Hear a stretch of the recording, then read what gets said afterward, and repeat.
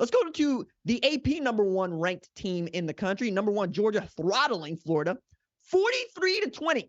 I had asked the question, who is going to put on the Brock Bowers backpack and say, jump on my back? Who's going to drop into the Brock Bowers dually, put the hitch on and say, hey, fellas, put the trailer on. I got us. I'm going to tow us across the line at the world's largest outdoor cocktail party. This was a homecoming for quarterback Carson Beck, who's a Jacksonville native, and he played like 19 of 28 for 315 and 2 TDs in this game.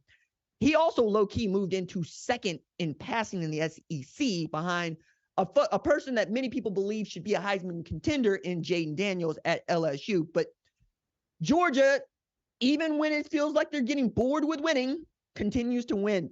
They won their 25th straight game, and they are 41-1 since the last time Florida beat Georgia in 2020. And the defense was the thing that I was really watching for. While, yeah, we're going to watch for see who takes up for one Brock Bowers. A lot of things on this world you can deal with, but getting beat up on by Ladd McConkey might not be one of them. But to the defense, in one 4-drive stretch, I saw UGA's defense hold Florida's offense to 3 yards. That's a huge deal because Florida came out like gangbusters. They looked like they were going to put up a fight, put up that 7, and then really had a hard time getting on the board, mostly because UGA just didn't stop scoring once they started scoring. In one 7-minute period, I saw UGA put up 23 points. 7 minutes game clock, 23 points. That's real difficult to deal with if you're an offense trying to get out of your way, and if you're an offense that needs to run on time like Billy Napier's offense tends to need to do. Like, he needs to be on time in a way that, say, high-scoring offenses don't, right? But if you can stop those high-scoring offenses, you got an opportunity to control the clock, control the ball. That's not something that Georgia gets to let you do because they're just going to take the ball from you. They're going to hand it to Daijun Edwards, and then they're going to beat you over the top with guys like Ladd McConkey. McConkey had 6 catches for 135 yards and a TD.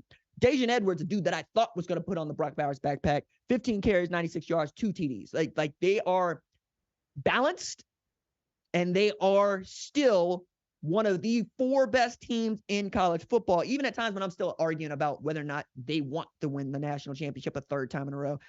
486 total yards of offense for Georgia without their best player on the football field. That is probably the best argument that I can make for Georgia being the number 1 college football ranked team come the college football playoff rankings on Tuesday. This performance that they gave against the Florida football team that already showed that they could beat Tennessee, who we thought was good, right? And then Alabama went and got another win against them. But I had asked, is Georgia bored with winning? Not so bored that they're going to lay down in front of a rival.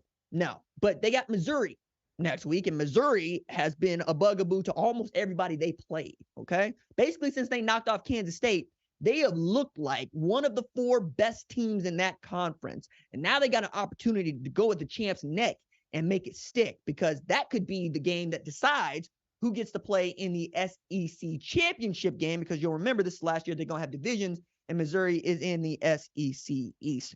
Again, credit to Georgia for answering the call. What are you going to do without Brock Bowers? They said, we're going to put up 43 and we're going to win by 23 against a Florida team that had an argument to be a top 25 team before today. If you like what you've seen, consider subscribing to the number 1 college football show on YouTube, the Fox Sports app, or wherever you get your podcast.